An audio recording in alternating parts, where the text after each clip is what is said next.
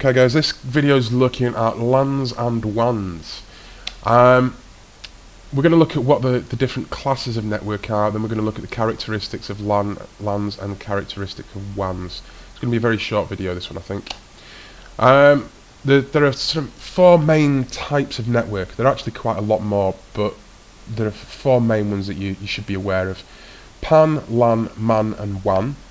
So personal area network, local area network, metropolitan area network and wide area network.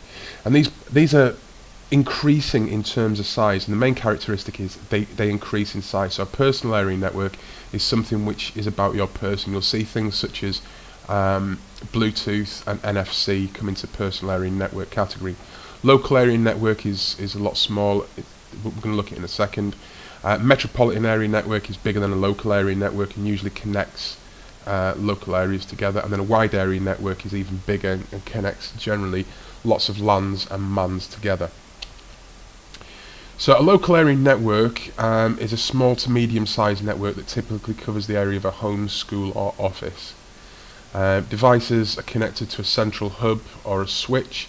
Typically these are switches. In modern networks they're switches because they're more secure, but when we look at hardware you'll see why. They're typically 100 meters, though this was limited to the length of the cabling, because Cat5 cable would only allow you to go up to a length of 100 meters. It would only guarantee the signal quality over 100 meters. So typically local area networks were limited to 100 meters. However, wireless technology is actually increasing the size of this. You can go, Wi-Fi will go to about 30 to 50 meters.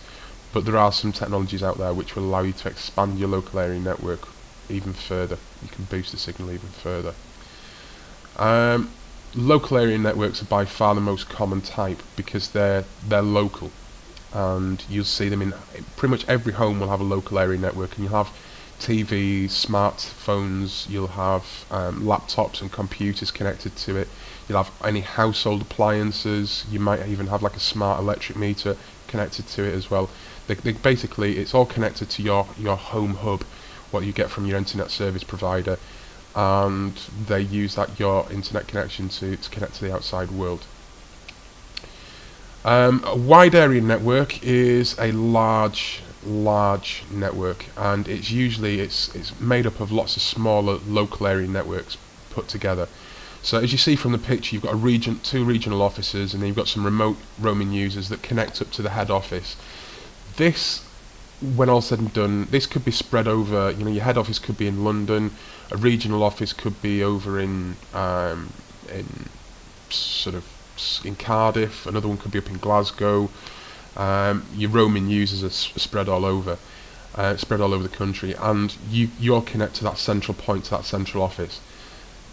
This is, you typically see this with the ATM networks. Imagine you've got lots of cash machines dotted around the country. Well, they're all connected together in some way, shape or form. They're either connected directly to a bank, or and the individual banks are connected together, or they're connected to a company that manages them. They charge you like a £1.25 fee to use them, when you find them in like shops. Also, you'll see supermarkets are increasingly using wide area networks, and what they'll do is they'll make sure that all the prices match up. So companies like Asda and Tesco will make sure that all their prices are synchronized. So the head office will turn around and say, right, the cost of chicken fillets has gone from £3.25 to £3.45. They'll roll it out once, and then all of a sudden, boom, all the stores and all the tills and everything is updated all at once, and it all goes out together. Also, you'll find that telephone networks use wide area networks. So they cover larger areas, typically the size of a country, though you can see them a little bit small, but usually it's like the size of a country. Metropolitan area networks tend to cover cities, and wide area networks cover countries. The internet is a network of networks, and it's a super WAN, super wide area network, and it's global. It covers the entire globe. It spans the world, front and back and all around. Is the internet? It's huge. That is our presentation for characteristics of LANs and WANs.